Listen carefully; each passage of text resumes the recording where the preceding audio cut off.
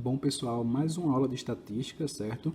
Dessa vez vamos estudar uma fórmula alternativa para a variância. Lembrando que o nosso curso, tem uma sequência, está aqui em cima a playlist para quem quiser acompanhar. Então a gente vai partir de uma igualdade, A gente vai trazer de volta aquele meu desvio, No caso, o somatório do meu desvio quadrado, Que é xi menos a média. E a gente vai reescrever esse termo da seguinte maneira. A gente vai ter o somatório do meu xi quadrado menos o somatório de xi elevado ao quadrado dividido por n. Então, é partindo dessa igualdade que a gente vai tentar montar uma nova fórmula para a variância, de maneira mais simples, certo? Nas aulas anteriores, a gente definiu duas fórmulas para variância, Duas situações. Quando a gente tiver uma população e para quando a gente tiver uma amostra e uma população. Então, no caso da população, a minha variância ela vai ser igual ao somatório do meu desvio quadrado dividido por n. No caso da amostra, a minha variância vai ser igual também ao somatório do meu desvio quadrado dividido por n menos 1. Então, a diferença está basicamente no denominador. Então, como eu já havia falado, a gente vai utilizar essa igualdade para modelar essa fórmula de variância. Então, primeiro aqui no caso da população, o que vai acontecer? A minha variância vai ser igual. Eu vou substituir todo esse termo. Então, a gente vai ter o somatório do xi quadrado menos o somatório de xi elevado ao quadrado dividido por n. Sendo que tudo isso está sendo dividido por n. Então, o que vai acontecer? A minha variância vai ser igual ao somatório do xi quadrado dividido por n, menos, e aí a gente vai ter o somatório de xi elevado ao quadrado, e se eu tenho dividido por n, a gente vai ter o n elevado ao quadrado. Então, a gente pode reescrever aqui da seguinte maneira.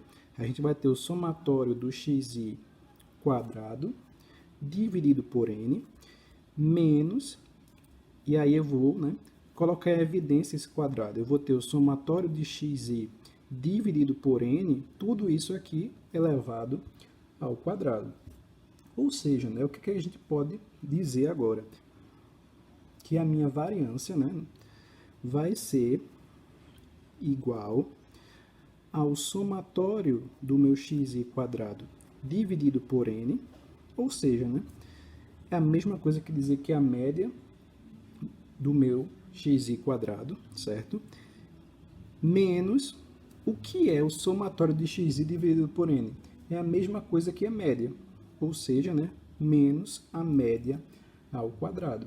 E assim a gente obteve aqui uma fórmula para a variância que é muito mais prática na resolução. A gente vai ver isso depois no exercício, onde a gente não precisa calcular aqui o desvio, nem o desvio quadrado. A gente já pode simplesmente utilizar apenas o xi quadrado, o somatório, e a média que a gente já calculava de toda forma, e encontrar a variância.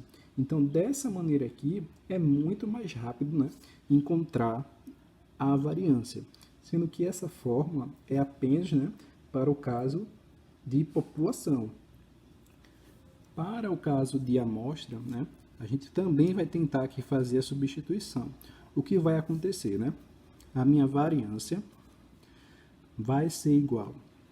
A gente vai ter o somatório do xi quadrado menos o somatório do xi elevado ao quadrado dividido por n. Tudo isso aqui, lembrando que esse n, no caso de uma amostra, é um n minúsculo, certo? É apenas uma representação. Dividido por n menos 1. O que é que acontece, né? Para a gente trabalhar aqui com essa questão de divisão de n e n-1, se torna muito mais complicado. Por isso que essa modelagem, essa substituição, ela só é utilizada para casos de população. Para amostra, a fórmula mais viável continua sendo, né, a fórmula padrão. Então, por isso que a gente não utiliza essa substituição. Trabalhar com esse tipo de divisão aqui, né, não é legal, né? Mas no caso da população, se torna, né, bem mais vantajoso. Então, partindo disso aqui, a gente pode, né, fazer o exemplo para a gente entender, né, a aplicação dessa fórmula, que é muito mais rápida. Então, nós temos aqui um exemplo básico, né, aleatório, notas dos alunos no ano 2021. Então, ele deu aqui um conjunto de dados, né, 4, 5, 5, 7, 7 e 8. Então, a gente tem aqui um N igual a 6, né? A gente tem 6 observações. E para a gente calcular aqui a variância, a gente vai montar a tabelinha da mesma maneira, onde eu vou ter xi e eu vou precisar apenas, né, do meu xi quadrado. Vejam que é bem menos, né, de quando a gente estava estudando lá a fórmula padrão de variância. Então, quem é xi, né? Eu tenho 4, 5, 5, 7, 7 e 8. No caso, né, o meu xi ao quadrado, ou seja, 4 ao quadrado 16, 5 ao quadrado 25, 5 ao quadrado 25, 7 ao quadrado 49, 49 e 8 ao quadrado 64. Então, calculando aqui a média, né, o somatório do meu xi dá 36. Então, a minha média vai ser igual a 36 dividido por 6, que é o meu número de elementos, ou seja, a minha média é igual a 6. Para finalizar, só falta saber o somatório do xi quadrado, que é isso aqui. Então, aqui a gente tem, né, 50 com 16, 66, com 98, com 64, vai dar 220. Ou seja, para a gente calcular aqui a variância, eu já tenho todas as informações.